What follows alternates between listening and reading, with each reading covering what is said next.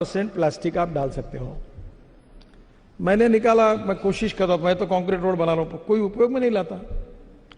अब waste plastic का rate है 8 रुपए किलो और डामर का रेट है 40 से 45 रुपए किलो। अगर आपने एक स्कीम चलाई कि महिला बचत गट जो होती है कि भाई आप प्लास्टिक इकट्ठा करो और आपका प्लास्टिक हम 25 रुपए किलो से खरीदी करेंगे और जो कॉन्ट्रैक्टर है उसको 30 रुपए किलो से सप्लाई करेंगे, तो भी उसके 15 रुपए किलो बच गए और 8% डामर के बजाय गांव का पूरा प्लास्टिक का प्रॉब्लम सॉल्व हो जाएगा। प्लास्टिक डामर में जाएगा, इन्वायरमेंट का प्रॉब्लम सॉल्व होगा और ये महिला जो होगी फिर प्लास्टिक में वैल्यू क्रिएट होगी, तो दिखेगा प्लास्टिक, जेब में डालेंगे, घर जाके स्टोर करेंगे क्योंकि उसमें वैल्यू क्रिएट हुई। ये इतनी बड़ी वेस्ट की ये है, मैं बहुत बार बताता हूं, आपको विश्वास नहीं होगा। हमारे शहर में हमने 4 साल पहले जो टॉयलेट का पानी था वो हमने 18 करोड़ रुपए में बेच दिया। अब आप उम्मीद कर सकते हैं कि टॉयलेट का पानी बेचा जा सकता है। 18 करोड़ महाराष्ट्र सरकार खरीदती है, रिसाइकलिंग करके वो कोराडी और खापरखेड़ा के पावर प्रोजेक्ट के लिए यूज कर रहे हैं। और अभी 10 दिन पहले हमने एग्रीमेंट नया किया और पानी दे रहे, और हमको साल के म्यूनिसिपल कारपोरेशन कितने मिलेंगे पता है आपको? 78 करोड़। केवल टॉयलेट का पानी बेचकर हमको 78 करोड़ मिल रहे हैं। तो मैं कहता हूं कि no one is waste, you can convert waste into wealth. चाहे कोई इंसान भी वेस्ट नहीं है, चाहे कोई मटेरियल भी वेस्ट नहीं है। Appropriate technology and appropriate leadership अगर होगी तो कचरे से भी सोना बन सकता है।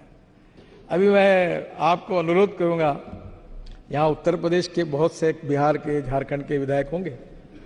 अभी एक पानी जो हमने निकाला, ये पानी से अभी हम मीथेन निकाल रहे हैं नागपुर में, और मीथेन से CO2 अलग करके बायो CNG निकालकर 50 से 55 बसेस उस पर चला रहे हैं। Pollution free, cost effective import substitute.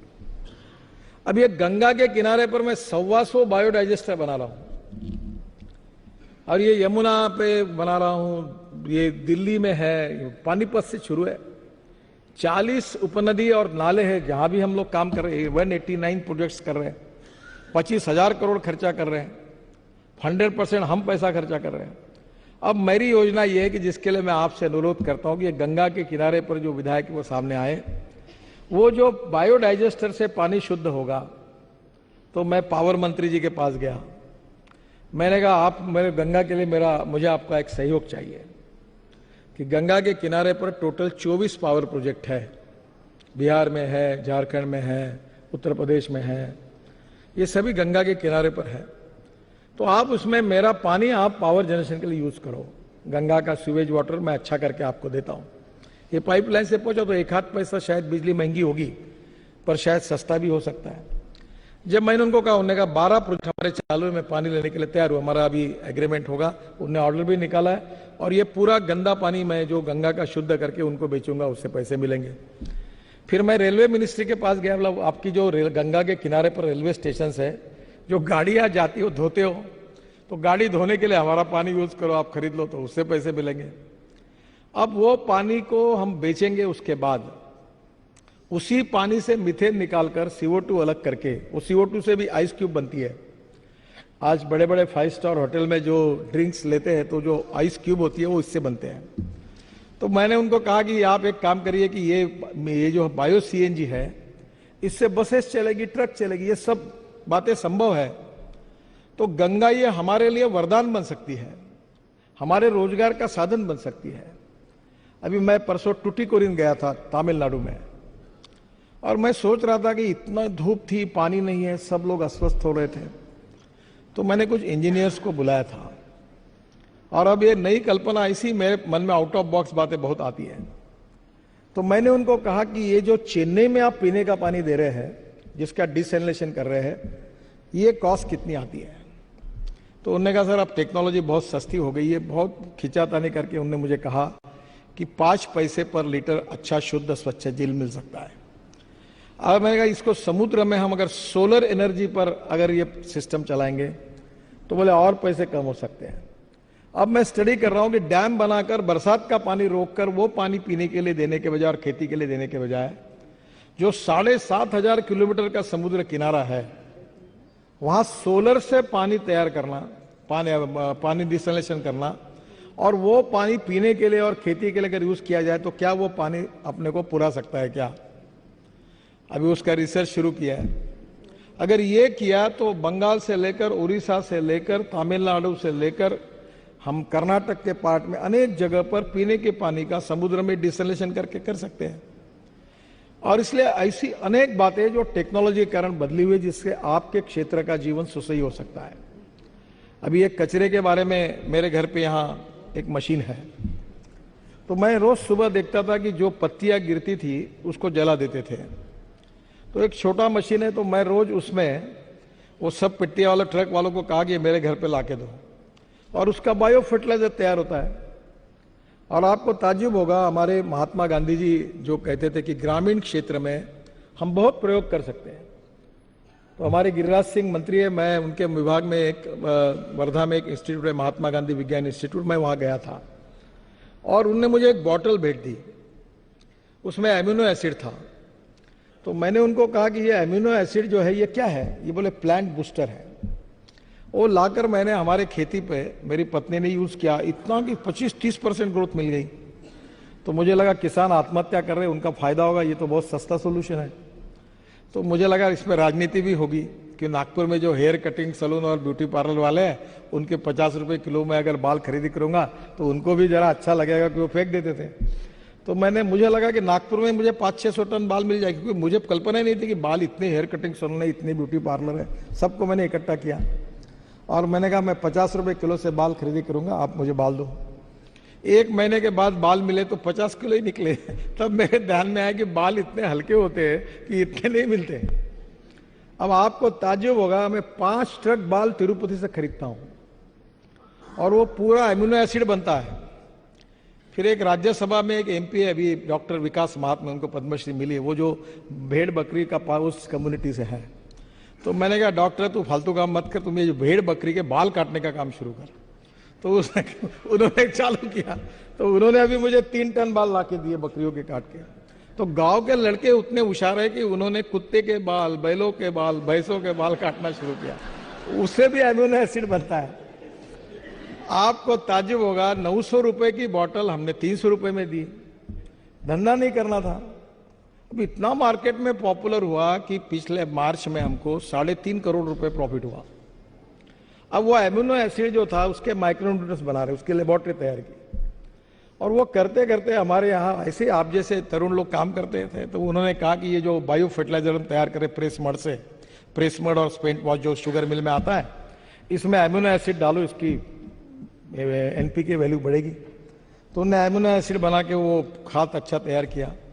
तो किसी को तो भी ध्यान में है कि दुबई के सरकार को ये खाद चाहिए, तो उसने भी 1 किलो बैग को ठप्पा मार के सर्टिफिकेट देके बेच दिया, पता भी नहीं किसी को। दुबई के सरकार का लेटर आया कि आपका खाद अप्रूव हुआ। बाद में पता लगा कि सबसे अच्छा वही खाद था और 180 करोड़ रुपए का ऑर्डर मिला। और अभी बाल कम पड़ रहे हैं, अभी वो पूरा एक्सपोर्ट हो रहा है। अभी 90 कंटेनर चले गए पर बाल कम है। तो अभी मैं कहता हूं बच्चों को कोमड़ी के लाओ, और कोई कुत्ते के लाओ, बकरी के लाओ, भैंसों के लाओ, बाल चाओ। तो वो तिरुपति से पूरे बाल लेके उसका नहीं। दिस इज, मैं जो आपको बता रहा हूं कि आपके पास अगर टेक्नोलॉजी है, आपके पास दिमाग है, आपके पास विजन है, आपके पास आउट ऑफ बॉक्स विचार करने की ताकत है, तो पैसे वगैरह की कोई जरूरत नहीं है, कोई जरूरत नहीं। आप यू कैन मेक मिरेकल्स। मैं मेरे विभाग में अभी तक 8.5 लाख करोड़ रुपए के काम कर चुका हूं।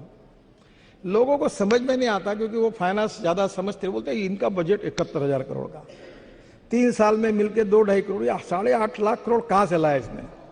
अच्छा, मैं भी ऊपर में बोलता हूं मेरी एक बार डायरी में लिख लेना, नहीं हुई तो मुझे सवाल पूछना। और जो बोलते हो सब हो रहे, रोड फटाफट हो रहे, पूरे हो रहे। तो लोग मुझे पूछते पैसा कहां से लाते हो?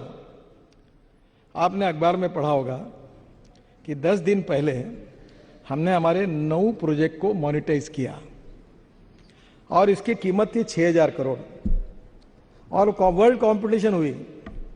और आपको ताज्जुब होगा कि हमने जब प्रोजेक्ट में टेंडर खोला तो हमको 6,000 करोड़ के बजाय 10,000 करोड़ मिले, 10,000 करोड़।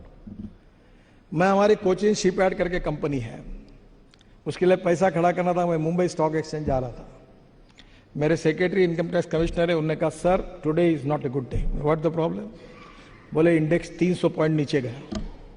मतलब फिर क्या होगा? बोले आज अपना बॉन्ड कोई लेगा नहीं, आज नहीं जाएंगे, कैंसिल करेंगे। बोले ऐसा नहीं है, एक बार जो हुआ सो हुआ, जाना है अपने को। मैं गया, पर मैं डर गया था। जब स्टॉक एक्सचेंज गया तो सब नीचे मेरा स्वागत हुआ, और वो जो बुल था वहां, उसके साथ मेरा फोटो निकाला, उसके सींग पकड़ के। मेरे मन में संशय था कि ये बुल तो आज ठोकने वाला है हमको। मैं ऊपर गया और 10 बजे मैंने बेल बजाई, 10 बजे, और 10 बजे बेल बजाई, और 10:36 पर हमें 1600 करोड़ चाहिए थे, हमें मिले 1,26,000 करोड़, 76 टाइम ओवर सब्सक्राइब। और ऊपर से नीचे चाय पानी के समय में जब स्टॉक एक्सचेंज के लोगों के साथ, मैं थोड़ा फैमिली, क्योंकि मैं जब महाराष्ट्र में मैंने पैसे खड़े किए थे तो वहां नाम बिकता है। अब मैं सरकारी हूं, मुझे तो कोई, पर मेरा नाम कैपिटल मार्केट में बिक सकता है, ये मुझे मालूम है। तो फिर उन्होंने कहा कि आपको जितना पैसा चाहिए, कितना पैसा चाहिए? मतलब 10 लाख करोड़। बोले हमारा स्टॉक एक्सचेंज, आप आओ, उतना पैसा देने के लिए तैयार है। पैसे की कोई कमी नहीं है, और पैसे इतने हैं, काम करने वालों की कमी है, जल्दी काम करने वालों की कमी है, आत्मविश्वास से पॉजिटिव काम करने वालों की कमी है सिस्टम में, पैसे की कमी नहीं है। और इसलिए आज हमारे देश में इनोवेटिव अप्रोच में जाएंगे। पैसा बहुत है, पैसे की कोई कमी नहीं है। हमारे पोर्ट है, हमारे बजट 800 करोड़ का है। पहले साल हमको 3,000 करोड़ प्रॉफिट हुआ, दूसरे साल 4,000, तीसरे साल 5,000, अब 7,000 करोड़ इस साल होगा। वो पैसा हमने किया। अभी देखो, छोटी सी बात है कि हमारा एक Jawaharlal Nehru port trust, JNPT करके पोर्ट है, चेयरमैन इनकम टैक्स कमिश्नर, उसने 3,000 करोड़ लोन लिया पनवेल से JNPT 8 लेन कॉन्क्रीट, अभी पूरा हो रहा है, लगभग काम पूरा होने की स्थिति में है। तो उन्होंने लोन लिया ICICI बैंक से। तो मैंने उनको पूछा क्या इंटरेस्ट से लिया? तो बोले 11%। तब की बात है, 1-1.5 साल पहले। मैंने कहा 11% क्यों लिया? जब आपके पास 500 करोड़ टर्नओवर डॉलर में है तो डॉलर में लोन लो। बोले डॉलर में कौन पैसे देगा? मैंने तुरंत उठाकर ICICI बैंक के चेयरमैन चंदा कोचर को फोन किया कि आपने 3,000 करोड़ लोन सैंक्शन किया है रुपीज में, क्या आप इसको डॉलर में ट्रांसफर कर सकती है? बोले कर सकती हूं। बोला इंटरेस्ट रेट क्या होगा? बोले LIBOR + 2%। अब जब वापस आया, मैंने एक सुना, तो मैंने कहा वो LIBOR + 2% ज्यादा हो रहा है, तुम एक काम करो, टेंडर निकालो, सबको कहो कि हमको 3,000 करोड़ डॉलर में लोन लेना है, देखो क्या होता है। जब हमने टेंडर निकाला तो स्टेट बैंक कैपिटल और DBS बैंक सिंगापुर का टेंडर आया, 2% ब्याज से 3,000 करोड़ मिले, 2% ब्याज से। हेजिंग करने की जरूरत नहीं है क्योंकि हम डॉलर में वापस कर सकते हैं। तो 11% के बजाय 2% मिल गए, तो हमारा IRR सुधर गया। प्रोजेक्ट प्रॉफिट, अभी मैं मनमाड़ से इंदौर रेलवे लाइन बना रहा हूं, ताई इंदौर से है, रेलवे के पास पैसे नहीं है। तो मैंने कहा तुम पैसे मत दो, तुम मुझे परमिशन दो, मैं बना लेता हूं। तो रेलवे ने प्लान बनाया 8,000 करोड़ का। फिर मैंने बैठकर उसको कहा कि वो बोला अभी बनाइए 6,000 करोड़ का। अब वो होने के बाद वो बोला पैसे कहां से? बोला 10% सरकार देगी, 20% JNPT देंगी। स्टेट गवर्नमेंट ने हाथ ऊपर कर दिए, बोले हमारे पास पैसे नहीं है। मतलब ठीक है भाई, तुमको कमाई करके दूंगा, 6,000 करोड़ की रेलवे लाइन बनाऊंगा, उसका GST आपको मिलेगा, वो आपका प्रॉफिट होगा। अब एक काम करो कि इसमें जो सरकारी जमीन है वो मुझे फुकट में दे दो, उसका पैसा चार्ज मत करो। उनने मान्य किया। अब मैं 6,000 करोड़ की रेलवे लाइन बना रहा हूं, और उसमें देवास और इंदौर से 47,000 कंटेनर रोज JNPT जाते हैं, और अहमदाबाद टू मुंबई ये ट्रैफिक जाम है, 8-8 दिन ट्रेन रुक जाती है। अब सब ट्रेन इधर से जाएगी और उधर से ये बैकवर्ड एरिया डेवलप हो जाएगा। देखिए इतने होशियार लोग हैं हमारे देश में। दिल्ली से मुंबई ये हम एक्सप्रेस हाईवे बनाने की बात सोच रहे हैं, नया। अब ये एक्सप्रेस हाईवे नया बनाना है, कितना खर्चा लगेगा? 60-70 हजार करोड़ रुपए लगेंगे। तो मेरे साथ एक IIT इंजीनियर काम करता है, बड़ा होशियार है, वो बहुत ही अच्छे सजेशन देता है। उसने एक दिन मुझे कहा सर एक वे आउट है। बोले क्या? बोले दिल्ली से जयपुर तो आप बना रहे हो एक्सप्रेस हाईवे, वो भी हम लोग ऐसे एरिया से जा रहे हो, अनडेवलप एरिया से। जो रिंग रोड फंसा था राजस्थान का 3 साल से, एक मीटिंग में बैठकर मैंने प्रॉब्लम सॉल्व किया, 1 साल में बनेगा, अगले बार मैं इनॉग्रेशन को जाऊंगा। तो रिंग रोड भी बन रहा है। तो मैंने कहा रिंग रोड के पास से हम लोग, मुझे थोड़ा जागरूक है मालूम नहीं, अलवर से सवाई माधोपुर और सवाई माधोपुर से वडोदरा, और वडोदरा तो मुंबई 44,000 करोड़ का एक्सप्रेस हाईवे ऑलरेडी हम बना रहे हैं। तो मैंने कहा 8 लेन 10 लेन बड़ा हाईवे बनाएंगे। अब इसमें कहाँ हमारा इकोनॉमिक्स फायदे में, मैं आपको बताता हूँ। अगर हम डेवलप एरिया से जाते तो लैंड एक्विजिशन कॉस्ट 5 से 7 करोड़ रुपए पर किलोमीटर थी। हमने पूरा बैकवर्ड एरिया, ट्राइबल एरिया, जहाँ कुछ इंडस्ट्री ने, ऐसा पूरा एरिया लिया और रोड के उसका विकास भी होगा, तो हमारा लैंड एक्विजिशन का रेट 50 से 60 लाख रुपए पर किलोमीटर आया, यानी 7 करोड़ के बजाय 60 लाख। तो लैंड एक्विजिशन कॉस्ट कम हो गई और दिल्ली से मुंबई हम 10 घंटे में ले जाएंगे आपको, 10 घंटे में, और बड़ा रोड बन जाएगा, सस्ता हो जाएगा, वायबल हो जाएगा। इसलिए आज आपके क्षेत्र में इतनी बड़ी बड़ी छोटी छोटी समस्या है, बड़ी बड़ी समस्या है, उसको सुलझाने के लिए आप जब इनोवेटिव तरीके से सोचेंगे और पैसे के मॉडल को तैयार करेंगे ऐसा, तो उसमें प्रॉब्लम, सरकार के पास पैसे की कमी है। कोई भी पार्टी की सरकार आए, हमारी हालत ऐसी है कि सरकार के पास रिसोर्सेस की कमी है, जितना चाहिए उतनी नहीं है, और इसलिए हम लोग इनोवेटिव मॉडल में जाएंगे और इसमें काम करेंगे तो बहुत फायदा होगा। और इसलिए इंपोर्ट सब्स्टिट्यूट कॉस्ट इफेक्टिव और पोल्यूशन फ्री। मैं आखिर में आप सबको आग्रह करूंगा कि एक चीज आप जरूर करिए। हमारे देश में हम लोग 7 लाख करोड़ का ये पेट्रोल डीजल इंपोर्ट करते हैं। ये हमारे देश का किसान तैयार कर सकता है। ये दिल्ली में जो पोल्यूशन होता है, इसका कारण जो राइस स्ट्रॉ है, परली जो जलाते, इसके कारण हो रहा है। अब हमने निर्णय किया है, पेट्रोलियम मंत्री जी ने, अब वो कन्विंस हो गए।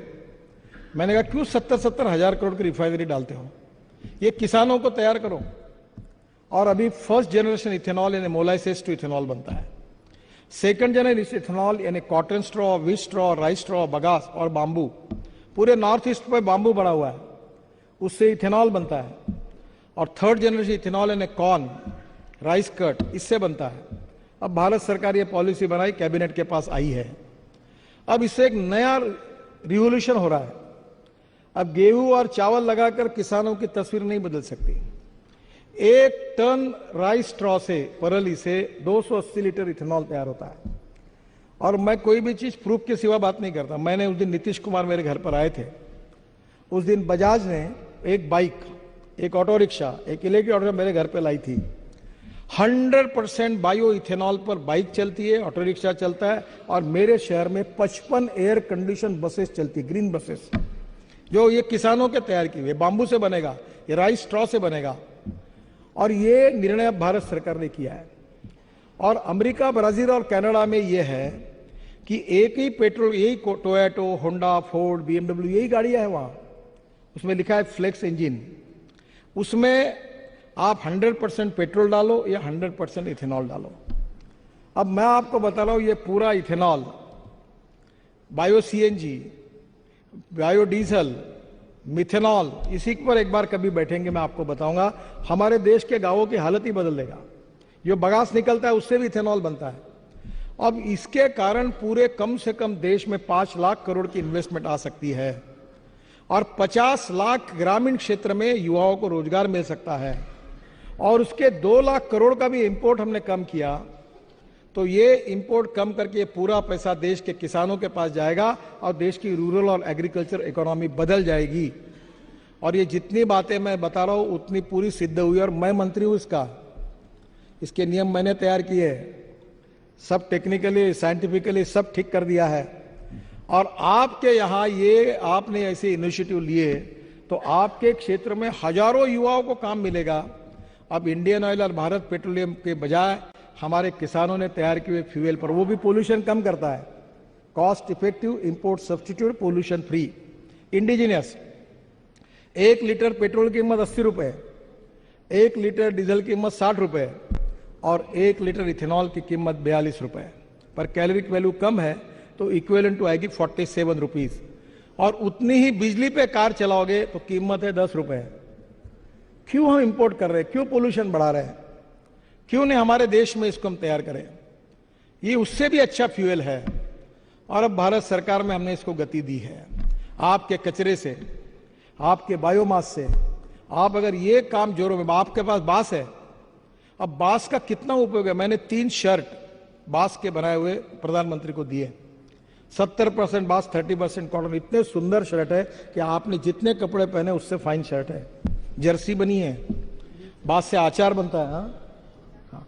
तो मैं आपको यही कहूंगा कि ये जो नए नए इनिशिएटिव है, जो आपके क्षेत्र में है, उस इनिशिएटिव का उपयोग करके वहां के विकास को अगर उस योजना में आप लाएंगे तो आपके यहाँ की गरीबी, भुखमरी और बेरोजगारी दूर हो सकती है। और उसकी लीडरशिप, आपके रीजन की plus and minus, strength and weaknesses क्या है, इसको लेकर आप एक विजन बनाकर ये काम करेंगे तो आपके क्षेत्र की गरीबी, भुखमरी और बेरोजगारी भी दूर होगी। हमारे राज्य भी आगे जाएगा, देश भी आगे जाएगा और आपको अच्छा काम करने का समाधान मिलेगा। ये इनोवेटिव नई सोच लेकर, आउट ऑफ बॉक्स सोचकर और गरीब को केंद्र बिंदु मानकर नई नई टेक्नोलॉजी का उपयोग करके आप क्या कर सकते हैं, जिसमें कम रिसोर्स से ये कैसा हो सकता है, इसको सोचकर आप जरूर काम करिए। यही आपको सबको मेरी शुभकामना है। नमस्कार।